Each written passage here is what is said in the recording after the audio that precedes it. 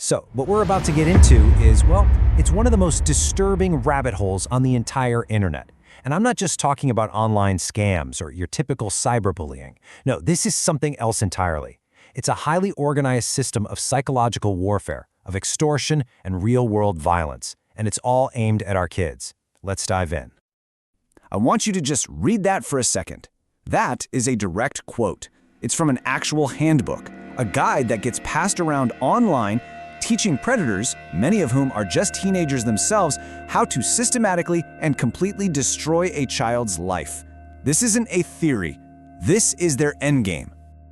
But before we get into the nitty-gritty of this call, we really have to understand the foundation it's all built on. How does someone get that kind of life or death control over another person? Well, it all starts with a psychological playbook, a specific set of grooming tactics that are designed to literally break down a victim's mind. And these tactics, they all work together. So first, they alter your reality. They get you to buy into their version of the world, which means you have to sacrifice your own thoughts, your own feelings. Then they use something called neuro-linguistic programming, which is basically just a fancy way of saying they use language to mess with your head, to manipulate your thoughts. It creates this surreal Twilight Zone feeling where you're just constantly off balance. And finally, they start smear campaigns. They lie to you and they lie about you, cutting you off from your friends, from your family, until that predator is the only person you have left. Okay, so this psychological warfare it's devastatingly effective. But it needs an entry point, right? In a world where we all live so much of our lives online, how do these predators actually get their foot in the digital door?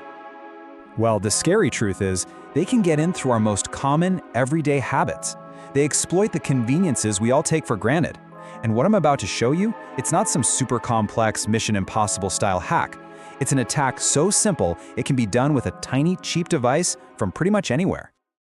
Just walk through this with me. Picture it. You're at the airport, maybe a coffee shop, you pull out your phone, you look for a network, and you see one called free Wi-Fi. You connect. I mean, who hasn't done that, right? A second later, a familiar-looking screen pops up, a portal asking you to log in to get online. It looks legit, maybe like Google's login page or the airport's official site. You type in your email and your password without even thinking about it. And just like that, it's over. That wasn't the airport's Wi-Fi. It was a fake network, broadcast from a device that's small enough to fit in a pocket.